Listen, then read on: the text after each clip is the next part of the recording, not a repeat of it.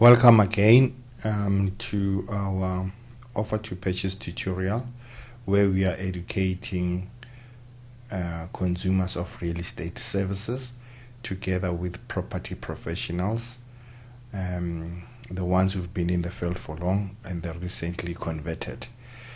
All right, today we're continuing with warranties and other terms. Let's see how far we can get. Basically here, okay, wait, let's pause. I was saying basically we will be talking warranties. Here the seller sells the property as is, okay, and the buyer is buying the property as the seller is seeing it. So fortunately we are also governed by Consumer Protection Act, where the seller will have to fill in an immovable property condition which will explain to the buyer the damages that the seller knows. So the seller has to disclose everything, latent and patent defects, whatever that he knows, okay? He has to fill it in this report, and let me show you how the body of this report, how it looks like. So where, it will be talking about things like defects in the roof, defects in the electrical compliance, defects in the plumbing system. So all the defects known, so the seller will talk about them, and any additional information that is known, so they'll talk about them. And it also gives the buyer provision that he can come with a contractor to come assess the property, before he makes an offer. But it is the buyer's right to come and make inspection. The buyer will be the one who will be paying for the inspection to be done,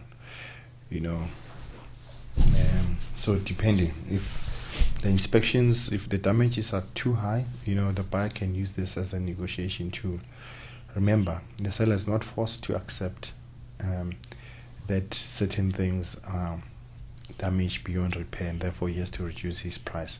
If he's still market related and his price is fair, okay, and he can get an alternative buyer, he will certainly do so, okay. So but this gives a good indication of what buyers and sellers should expect in regarding warranties. Okay, let's continue with our education.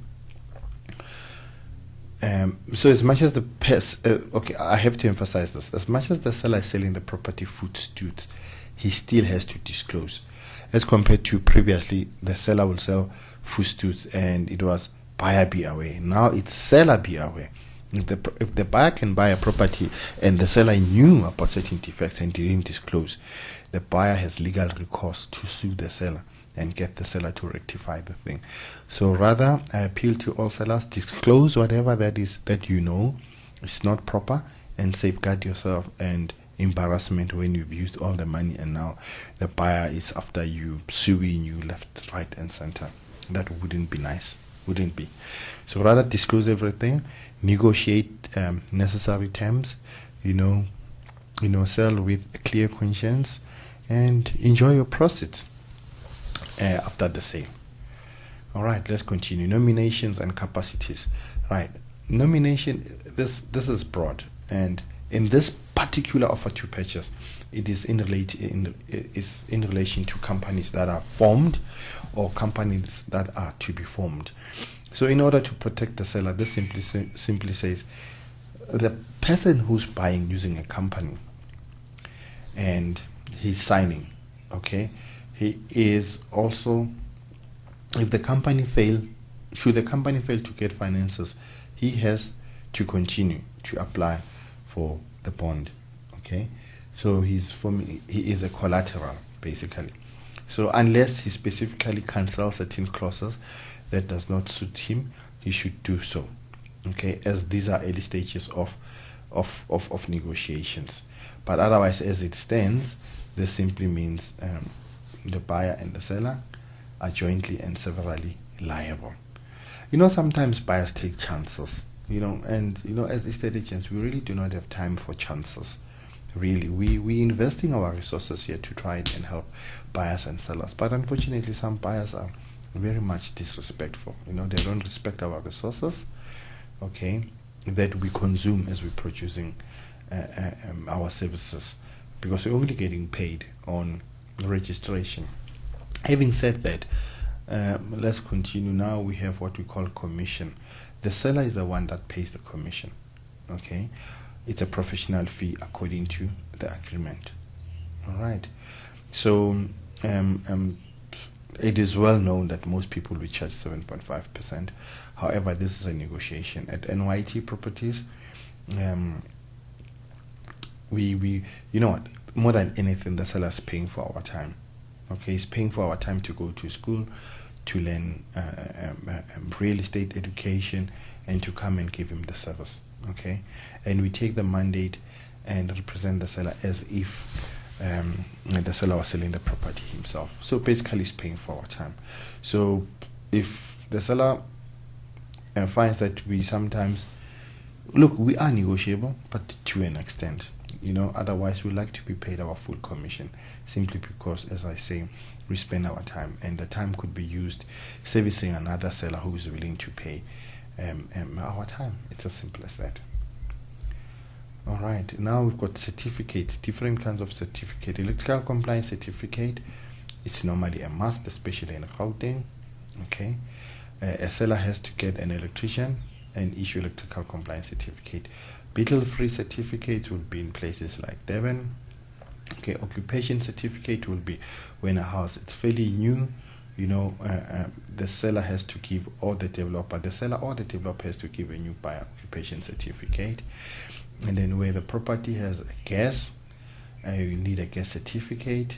Okay, and by the way, I must also emphasize here with the electrical compliance, if you have an electric fence, you also are required to bring that certificate also. All right, and then the water bylaws, obviously different municipalities, different suburbs, and also different provinces have different rules. So find out what is applicable in your area, ask your office, and explain to buyers and sellers in the right way. Rates and taxes and consumption charges. The seller, of course, is responsible for all area rates and taxes before registration of the property, and then from once there, the property, once the new owner, once the property registers into the new owner's name, then the property will be, then the rates and taxes will be for the new owner, or if the new owner chose to take early occupation, and then those things will be for him. Right, and then let's see how far we can get. And then obviously the breach is applicable when a person is not performing according to the terms and conditions that are stipulated in this contract. But normally a willing seller and a willing buyer, they don't normally sue each other, because they're interested in the property. It is when people are taking chances and eventually becomes nasty, where the seller is not fair or the buyer is not fair. So, but if two people are fair, they know that they just want to sell, and they're playing everything according to being fair to each other and are quite ethical, then the transaction becomes smooth. All right. Okay, guys, until next time, we will talk again. Bye.